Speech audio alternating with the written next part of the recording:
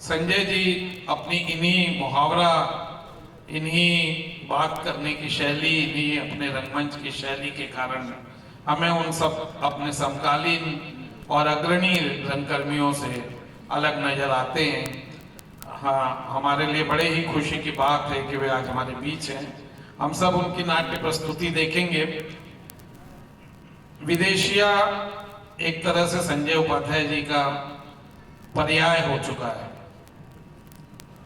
वो अगर विदेशिया का एक छोर भिखारी ठाकुर पे जाता है तो दूसरा छोर उसका संजय उपाध्याय जी तक आता है।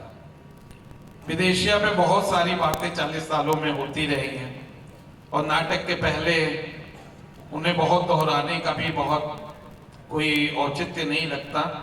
फिर भी एक पृष्ठभूमि के तौर पर, एक बात शुरू करने के तौर पर मैं सिर्फ उपाध्याय से ये पूछना चाहूंगा कि ये जो 40 साल से आप विदेशिया नाटक कर रहे हैं, विदेशिया को कैसे परिभाषित करेंगे? संक्षिप्त में कृपया ये बता दें।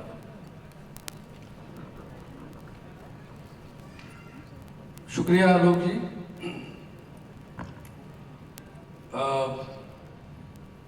विदेशिया पर पिछले 40 वर्षों से, जैसा कि आलोक जी ने बताया, मैं काम कर रहा हूँ। 85 में सबसे पहली बार इसका परफॉर्मेंस किया था।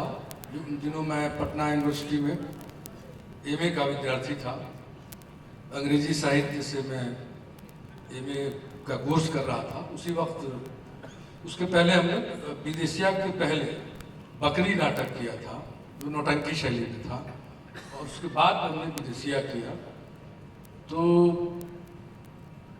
उस वक्त 3 घंटे का होता था ये परफॉर्मेंस, एक इंटरवल भी हम लोग रखते थे।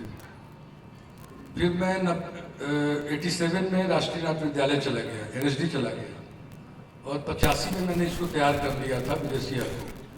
और उसके 3 घंटे के शोज होते थे, और मेरे रहते रहते 2 सालों में NSD जाने के पहले उसके 10-15 शोज हो चुके थे।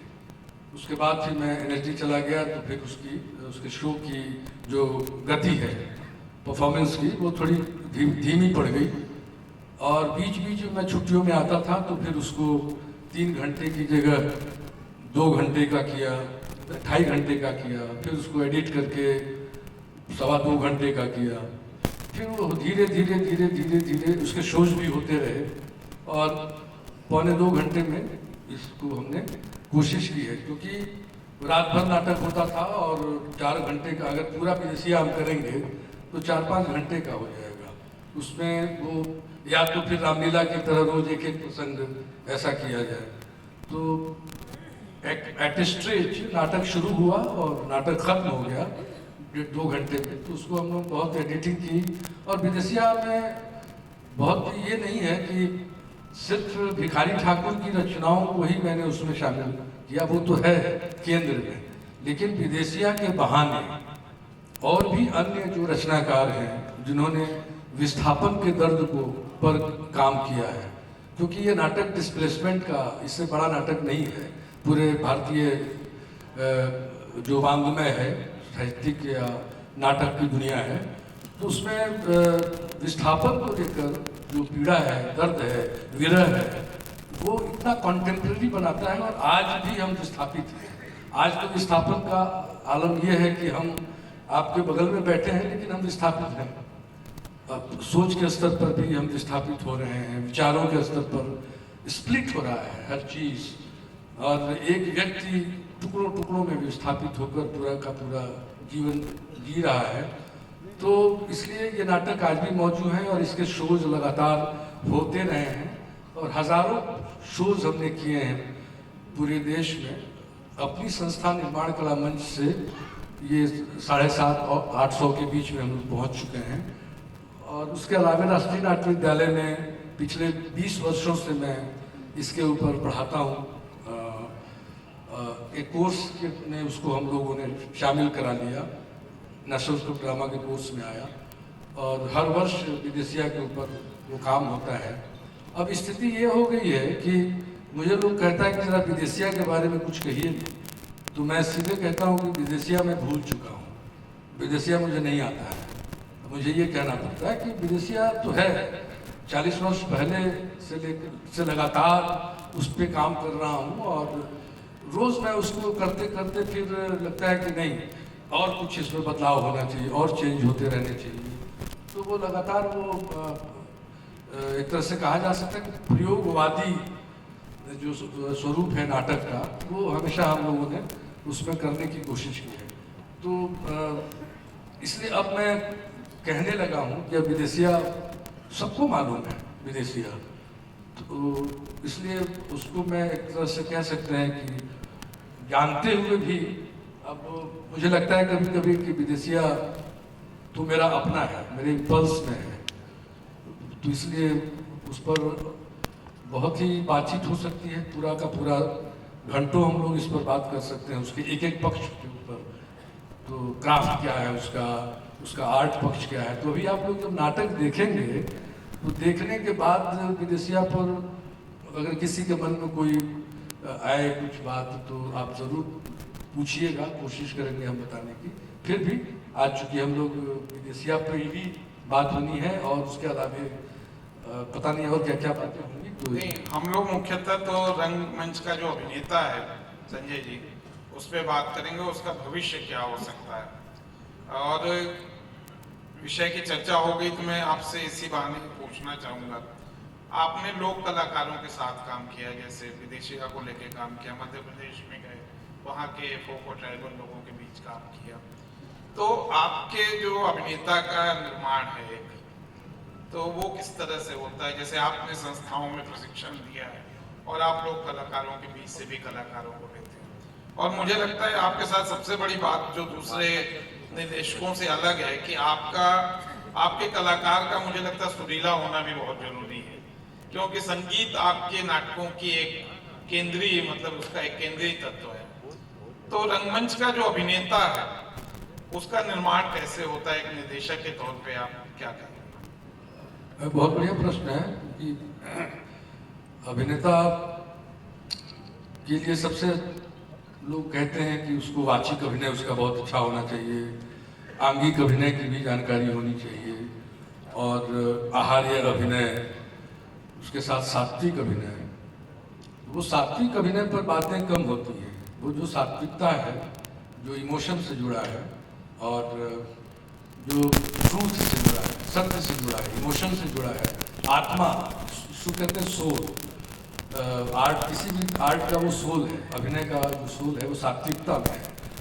तो लोक नाटक जितने भी हैं, जो अपनी देसी परंपरा के जितने भी नाटक हैं, देशज परंपरा के, और एक तरह से कह सकते हैं कि जड़ों से जुड़ा हुआ नाटक, उसको हम लोग ये कह सकते हैं कि कलोकियल नाटक, अपनी भाषा के साथ जुड़ा हुआ नाटक, अपनी मातृभाषा के साथ जुड़ा हुआ।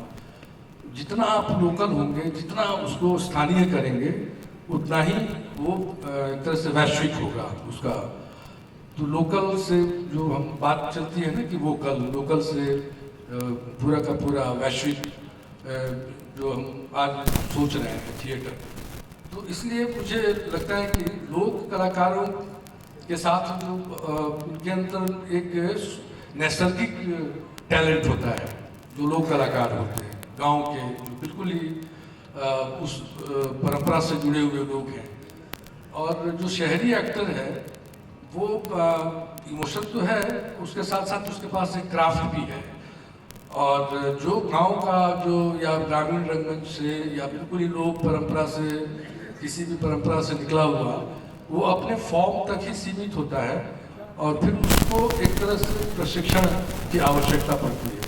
तो हमने उनको, बहुत सारे ऐसे भी टैलेंट हैं जिनको हमने छेड़ा नहीं है, क्योंकि उनकी जो अपनी ओरिजिनलिटी है, उनकी जो अपनी मौलिकता है, वो मौलिकता कहीं नष्ट ना हो, और फिर उसको प्रशिक्षित करके उसको हम कहीं अर्बन थिएटर की तरफ ले जाने तो नहीं उसको प्रेरित कर रहे हैं।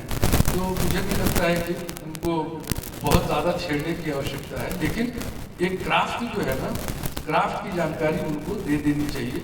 जो कहते हैं ना कि ट्रेनिंग, उसके बाद ट्रेनिंग को प्रैक्टिस, हम लोग प्रैक्टिस करते हैं, ट्रेनिंग पहले ट्रेंड करते हैं इन टर्म्स ऑफ म्यूजिक। वो जो वाचिक जो अभिनय है उसके अंदर संगीत लिया जाता है।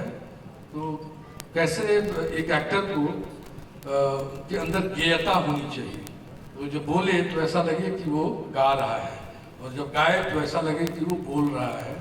तो ये जो हमारी परंपरा रही है, तो वो सात्विक अभिनय जिसकी बात मैं कर रहा हूँ, संगीत को प्रैक्टिस करते हुए और लगातार उसको परफॉर्मेंस करते हुए उसको हासिल किया जाता है।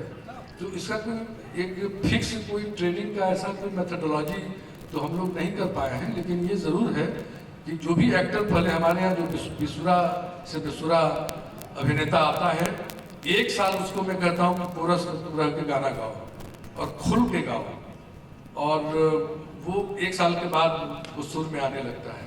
उसको खुद ब खुद लगने लगता है कि अरे मैं अब सुर में आने लगा हूँ, और कहाँ मैं बेसुरा हो गया, कहाँ मैं सुर में, इसकी वो समझ पैदा हो जाती है। और बहुत सारे बेताले लड़के जो अलग उनकी दुनिया है, तालों की लय की उनकी अलग दुनिया है, उस तरह के भी लड़के आते हैं और उनको हम लोग लयदार बना देते हैं, लय में लेकर चले आते हैं। बहुत बार तो ऐसा होता है कि हम लोग अब इस स्थिति में थिएटर में संगीत को लेकर आ गए हैं कि लय दिखने लगा है। तो एक्टर को जब लय दिखने लगे, सुर दिखने लगे, तो समझ जाइए कि वो तभी वो प्रैक्टिस से ही वो सधेगा, तभी वो साध पाएंगे आप। जैसे संगीत में एक गाने वाला जो गायक है या बजाने वाला भी हो, तो वो साधता है, साधना करता है। तो रंगमंच में अभिनेता के लिए साधना, उसके जो टूल्स हैं वो वॉइस है, स्पीच है, संगीत है, स्वर है, तो उसको कैसे मजबूत किया जाए, उसको कैसे पक्का किया जाए। मात्रा, उसके अंदर मात्रा आता है, फिर मात्रा से कैसे अलग हो जाते हैं, कहाँ तुकांत कविता, अतुकांत कविता, इसका सेंस उसके अंदर आने लगता है। फिर उसके बिहेवियर में भी वो संगीत धीरे धीरे धीरे धीरे, क्योंकि एक दिन में तो होगा नहीं, तो उनको ट्रेनिंग के प्रोसेस में लाकर और तब हम लोग तैयार करते हैं। बिल्कुल, ये मतलब हमने हिंदी रंगमंच का जो हमारा इतिहास है उसमें भी देखा कि एक और अलका जी जैसे दिग्गज हुए हैं जिन्होंने प्रशिक्षण पे बहुत जोर दिया है।